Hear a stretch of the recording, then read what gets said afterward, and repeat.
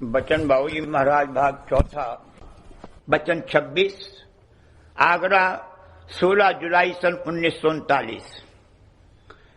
दुनियादारों का परमार्थ दुनिया को खुश करने के लिए है और संतों का परमार्थ मालिक को खुश करने के लिए है। इसलिए सच्चे परमार्थ में लगने पर कुटुंब परिवार जात बिरादरी वाले और यार दोस्त चौंकते और घबराते हैं। दुनियादारों का चिढ़ना सत्य परमार्थ में लगने की पहचान है। परमार्थी को इनकी परवाह नहीं करनी चाहिए।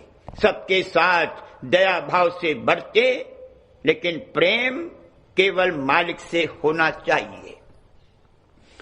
दुनियादारों का परमार्थ दुनिया को खुश करने के लिए है।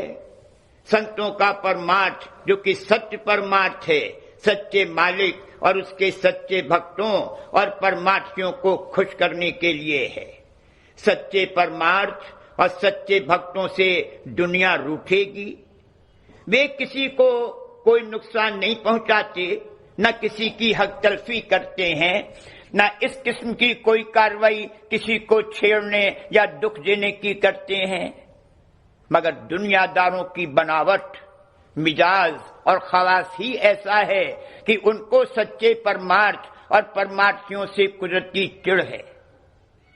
कोई वास्ता और मतलब न हो, मगर रास्ते चलता आदमी भी परमार्थी से चिढ़ता है।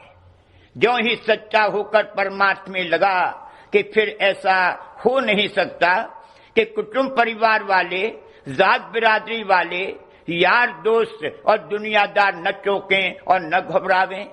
उनके तन और मन अकुलाने लगते हैं कि वो क्यों ये कार्रवाई करता है। ये पहचान है कि आया कोई शख्स सच्चा होकर और दृढ़ता के साथ सच्चे परमार्थ में लगा है या नहीं। अगर दुनियादार न चिढ़ें और न चौंकें और न रोकें और न घबरावें, तो जान लेना चाहिए कि परमार्थ नहीं बन रहा है। जहां कहीं सच्चे परमार्थ की कार्रवाई हो रही होगी, यानी सच्चे सत्संग से, और जो सच्चे परमार्थी उसमें शरीक हुए हैं, उनसे दुनियादार हमेशा रूठी रहेगी। अगर किसी संगत या परमार्थ की दुनिया में बड़ी प्रशंसा और महिमा है और दुनियादार वहां बड़े शौक से और बहुत तादाद में आते जाते हैं, तो समझ लेना चाहिए कि वो सच्चा सत्संग और परमार्थ नहीं है। और जो लोग वहां जाते हैं या उसमें शरीक होकर वहां की कार्रवाई कर रहे हैं या उसके साथ उनको हमदर्दी है और उसमें मदद देते हैं, वे सब दुनियादार हैं। सूरत जो कि तन और मन से अलग और न्यारा जौहर है, उसकी शिरकत से जो कार्रवाई की जाए वो सच्चा परमार्थ है। उसमें तन और मन पर चोट और दबाव पड़ते हैं। दुनियादार जो कि तन और मन के बहुत नीचे घाट पर बैठे हैं और जिनमें सूत्र अंग अभी नहीं बरामद हुआ है, वे उस चोट और दबाव को जो सच्चे सत्संग में तन और मन पर पड़ते हैं नहीं झेल सकते। वहां से उनको हटाव रहता है। वे सच्चे परमार्थ और परमार्थियों का साथ नहीं दे सकते। उनके दिल में उनके लिए कोई हमदर्दी नहीं हो सकती, बल्कि और मुखालिफत होती है। वे मनमती हैं, मनमत के साथी हैं, सुध के मत में साथ नहीं दे सकते। जो सच्चा परमार्थी है वो दुनिया की तनिक भी परवाह नहीं करता। नेकनामी, बदनामी, इल्लत, जिल्लत जो चाहे सो हो, सबको बर्दाश्त करता है। और जब ये कर सकेगा तो सत्संग और परमार्थ में, मन और सूरत के सिमटाव में जो तन और मन पर चोट पड़ती है, उसको भी झेल सकेगा। अगर दुनिया को अजीज और प्यारी बनाए हुए है और दुनिया से डरता है, तो परमार्थ नहीं कमा सकता। जब दुनिया की तांडवा तंज को नहीं बर्दाश्त कर सकता, तो मन और सूरत के सिमटाव में जो तन और मन पर चोट पड़ती है, उसको कैसे बर्दाश्त कर सकता है। दुनिया और परमार्थ दोनों साथ साथ नहीं बन सकते। बहुत लोग कहते हैं हमको अंतर में दर्शन नहीं होते। अंतर के दर्शन कोई खेल नहीं है। यूं तो राधा स्वामी दयाल ने यहां पधार कर देह में दर्शन दिए, मगर जिसको अंतर का दर्शन कहा है वो ये है कि ऊंचे घाट पर यानी तीसरे तिल या उससे ऊपर के घाट पर वहां के चैतन्य आकाश में आकार दर्शे। वो तो जब ही होगा जबकि मन और सूरज सिमटेंगे और चढ़ेंगे, और ये तब ही मुमकिन है जबकि दुनिया से न्यारा और अलग हो, यानी दुनिया को छोड़े, दुनिया के मोह और बंधन ढीले करे, दुनिया की कदर चित्त से निकले, दुनिया न सुहावे, दुनिया दुखदाई मालूम हो और मालिक से मिलने की बिरह जागे। जिस कदर दुनिया से अंतर से अलग होता जाएगा उसी कदर घट में चाल चलेगी। दुनिया को छोड़ना और अंतर में शब्द को पकड़ना दोनों साथ साथ चलेंगे। मन और सूरत के सिमटाव में तन और मन पर क्या गुजरती है इसको हर एक शख्स नहीं जानता है। तीसरे तिल की जंतरी में से जब सुरत रूपी बारीक तार निकलेगा तब तन टूटेगा और मन अकुलावेगा। उस तकलीफ को बर्दाश्त करना निहायत मुश्किल काम है। जिसको सच्चे परमात्मा की सच्ची चाह होगी सिर्फ वही उसको बर्दाश्त कर सकता है।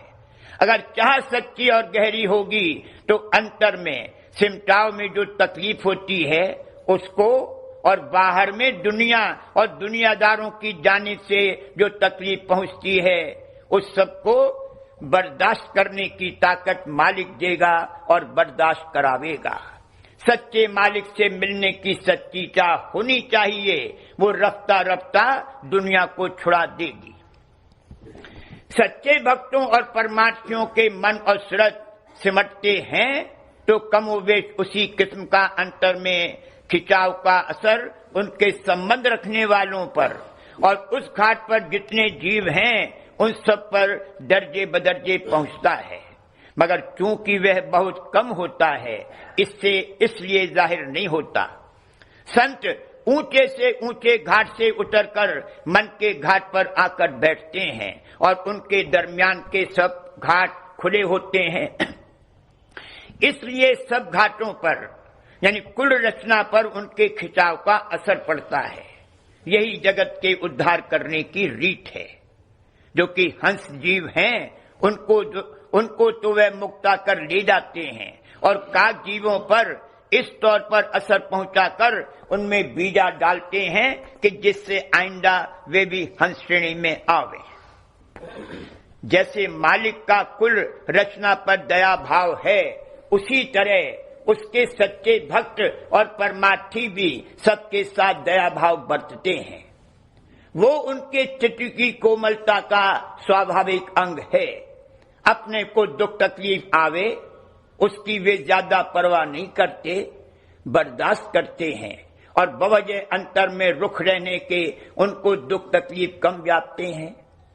मगर दूसरों के दुख तकलीफ का उनके दिल पर असर होता है और उसको देखकर उनके दिल में दया आती है।